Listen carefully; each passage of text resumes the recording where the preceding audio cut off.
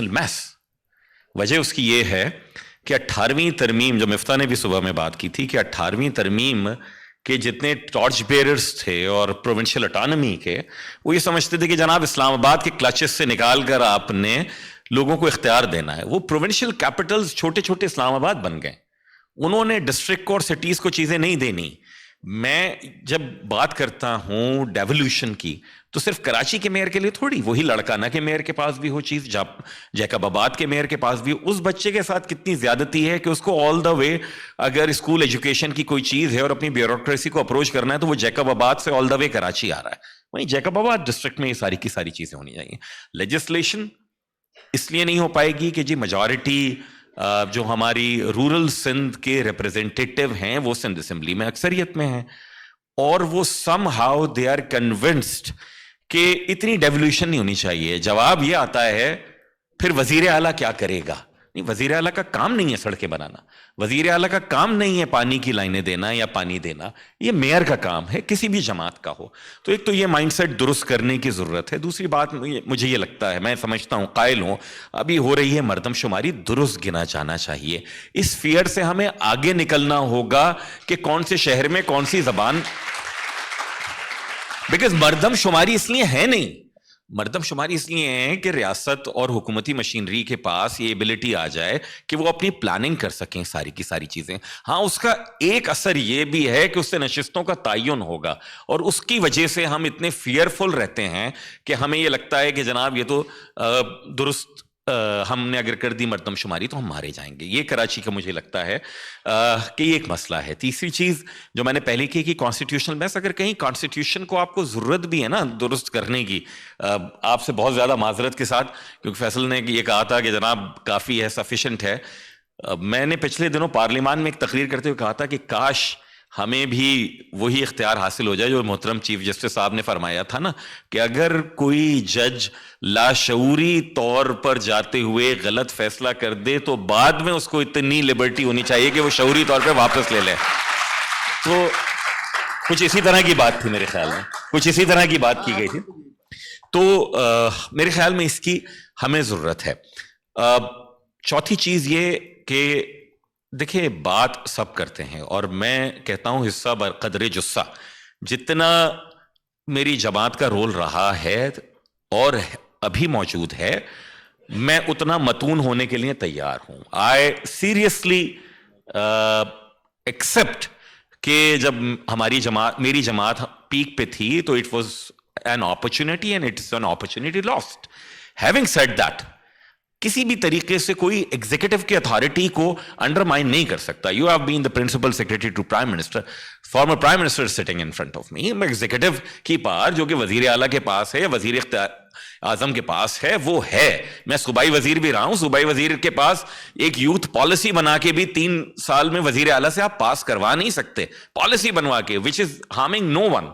It means कि executive की power है। तो जो बाकी भी जहां पर मसाइल रहे हैं और हैं, उनको दुरुस्त करना पड़ेगा। उनके वोटर्स को चाहिए, सिविल सोसाइटी को चाहिए कि उनको क्वेश्चन करे कि भाई आप मुझे किस बात पर एक मजबूत वजीर आजम या वजीर आला बेच रहे हैं। मुझे अपनी गली के महल्ले के मसाइल का हल, सर्विस डिलीवरी यहां पर चाहिए। आप मुझे एक मजबूत यूसी चेयरमैन बेचिए, आप मुझे एक मजबूत टाउन नाजिम या डिस्ट्रिक्ट चेयरमैन बेचिए या सिटी मेयर बेचिए, किसी भी जमात का हो, लेकिन आप उसको ये इख्तियार दीजिए। यहां से तो बात शुरू करनी पड़ेगी। बड़ी अच्छी बात, बहुत मुनासिब। लेकिन इसी को अगर आप मुझे इजाज़त दें, और मैं आप ही पे अभी रहूँगा और वापस जाता हूँ, जो नेशनल फाइनेंस कमीशन के बारे में सुबह मिफ्ता ने कहा, और पिछले दिनों में एक लोकल गवर्नमेंट से रिलेटेड फोरम पे था, तो वहाँ पे एक बड़ी ही जो कंसेंसस नज़र आया था वो ये था कि जी हम लोग चूँकि अक्सर व बेशतर जो चीज़ एक मरतबा आ जाती है उसमें जस्टिस के लिए कुछ फ़ायदे की सूरत होती है या इख्तियार बढ़ता है, चाहे वो ब्यूरोक्रेसी हो या हमारी गवर्नमेंट का कोई टियर हो, तो वो उसको कभी छोड़ने के लिए तैयार नहीं होता। तो शायद ये वो वक्त आ गया है कि ये सोचा जाए कि नेशनल फाइनेंस कमीशन के अवार्ड का एक इंटेग्रल पार्ट जो है वो लोकल गवर्नमेंट फाइनेंस अवार्ड भी बना दिया जाए, ताकि ये जो बहस है वो ख़त्म हो जाए कि जी सूबाई हुकूमत आगे लोकल गवर्नमेंट्स को कुछ देगी कि नहीं देगी। क्योंकि ये तो बहरहाल तय है कि अगर लोकल गवर्नमेंट फंक्शन नहीं करेगी तो आप गवर्नेंस की कोई स्ट्रीम दुरुस्त नहीं कर सकते। تو یہ بتائیے آپ فیصل صاحب کہ کیا آپ یہ سمجھتے ہیں کہ آپ کی پارٹی جو اتنی بڑی اربن ایریاز کی ریپرزینٹیٹیو ہے اس کے لیے یہ ضروری نہیں ہے کہ یہ اس طرح کے جو ریئل ایشوز ہیں rather than just having the spats with the between the urban and the rural issues, اس چیز کو ہم لے کے آگے چلیں کہ جی وقت آ گیا ہے کہ اب نیشنل فائنانس کمیشن کے ایوارڈ میں لوکل فائنانس بھی کیا جائے اور 1% جو ہے وہ پہلے دن سے obligatory who on all the provincial governments, Balochistan میں بھی، سندھ میں بھی، پنجاب میں بھی، کے پی میں بھی، کہ وہ آگے ڈیوالو کریں اس کو لوکل گورنمنٹس پہ؟ ایبسلیوٹلی، اس میں کوئی دو رائے نہیں ہے. اور میں صرف آڈینس کے لیے آپ کے توسط سے فواز صاحب بتلاتا چلوں کہ نہ صرف یہ کہ پاکستان پیپلز پارٹی کی صوبائی حکومت سے ہم نے یہ بارہا مذاکرات کیے، بھلے احتجاج کے نام پر، بھلے وفاقی حکومت میں ایک ساتھ بیٹھنے کے نام پر، کہ پروونشل فائنانس کمیشن آپ کو فرام ڈے ون کانسٹیٹیوٹ کرنا ہے. 4 برس وسیم اختر میئر رہ گئے، اس شہر کے پروونشل فائنانس کمیشن کانسٹیٹیوٹ نہیں ہوا. 2007 کا پروونشل فائنانس کمیشن اس صوبے میں موجود ہے، جو جنرل مشرف کے زمانے میں ایم کیو ایم کے صوبائی وزیر خزانہ سید سردار احمد نے بنایا تھا. وفاق سے پیسے آ جاتے ہیں. جب پہلے مسئلہ تو بہت آسان تھا کہ پہلے ایک اکاؤنٹ فور ہوتا تھا، فیڈریشن سے پیسے آ جاتے تھے سٹیز کو. اب وہ 18ویں ترمیم اور آخری فائنانس کا NFC کے بعد وہ ابالش ہو گیا.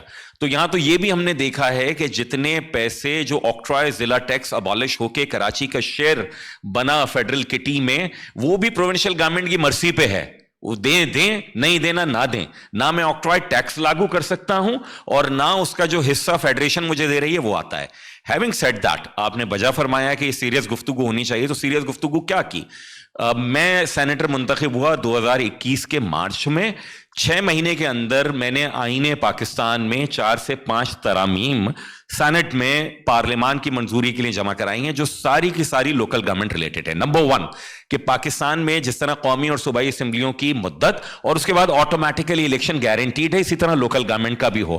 4 سال کی لوکل گورنمنٹ حکومت ہو، 3 مہینے نگراں رہے، اس کے بعد الیکشن ہو جائے. نمبر 2 لوکل گورنمنٹ کا شیڈیول دے دیجئے آپ کانسٹیٹیوشن میں کہ یہ سبجیکٹس ہیں. کسی پروونشل گورنمنٹ کی مرضی پر نہ ہو کہ وہ چاہے گا کہ بلڈنگ کنٹرول دے گا، وہ چاہے گا واٹر بورڈ دے گا، وہ چاہے گا ماسٹر پلان دے گا، بلکہ کانسٹیٹیوشن میں ہو. نمبر 3 پروونشل فائنانس کمیشن یہ ہو اور اس کا کرائیٹیریا وہی ہو جو نیشنل فائنانس کمیشن کا ہے، آپ اس کی بنیاد پر لے جائیں. یہ ساری کی ساری ترامیم میں نے پاکستان کی پارلیمانی دانش کے سامنے رکھ دی ہیں کہ جناب اس پہ گفتگو کیجئے، اس کو بہتر کیجئے ڈیبیٹ کر کے اور اس کو پاس کیجئے. وہ یہ ترامیم آئین میں ہیں، یہ کراچی کے لیے نہیں ہے، یہ ملک بھر کے لیے ہیں. ملک بھر کے لوگ اس سے مستفید ہوں گے. So I think I have started doing what was expected from my side. جی میں خوش قسمت ہوں کہ میں نے وہ ڈرافٹ دیکھا بھی ہے اور وہ میں مانتا ہوں کہ بہت زوردار ڈرافٹ ہے. لیکن یہ پھر وہی بات ہے جس کو فیصل صدیقی صاحب نے شروع میں کہا تھا کہ ہماری مقننہ اور ہماری ایگزیکٹو جب تک اپنے آپ کو ریسٹور نہیں کرے گی اور جو آئین میں ان کا کردار دیا گیا ہے اس کو بجا طریقے سے پرفارم کرنے پہ تیار نہیں ہوگی، اس وقت تک شاید یہ ساری چیزیں اسی کی کوک سے پیدا ہو رہی ہیں جن کا ہم ذکر کریں گے. اور گورننس کے تو تمام مسائل میں بار بار کہتا ہوں کہ میں مقننہ کو گورننس کا پیرنٹ انسٹیٹیوشن سمجھتا ہوں، اسی کے سر پہ ساری گورننس چلنی ہے.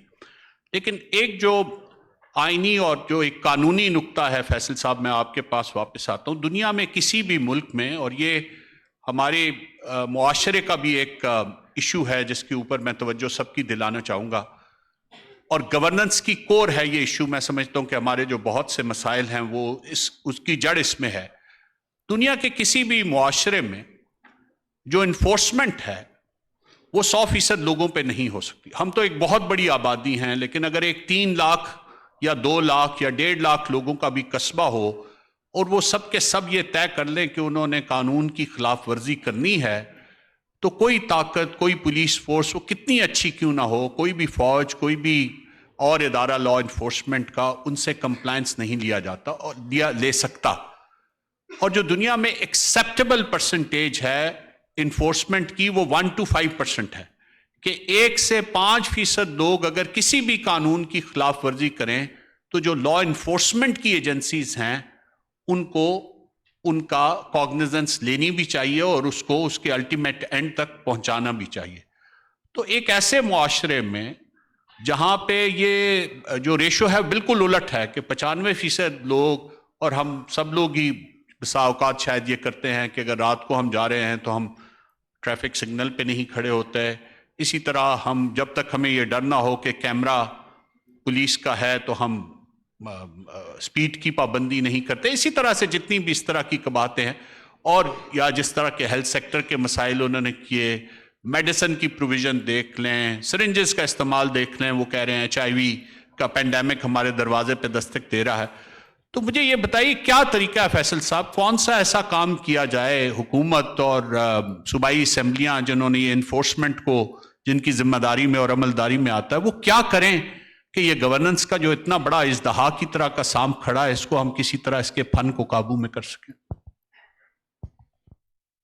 देखिए, एक तो जैसे मैंने कहा, हमारी एक फाउंडेशनल डिजीज़ ये बन गई है कि हम समझते हैं कि कानून और जजेस हमारे मसाइल सारे हल कर देंगे, लेकिन वो भी एक और बुनियादी डिजीज़ पे बेस्ड है। वो ये है कि हम समझते हैं कि अंग्रेज़ी हमारे मसाइल हल कर देगी। तो जिस तरह फैसल साहब ने कहा कि अगर हम ये अंग्रेज़ी कॉन्स्टिट्यूशन में लिख दें कि एक लोकल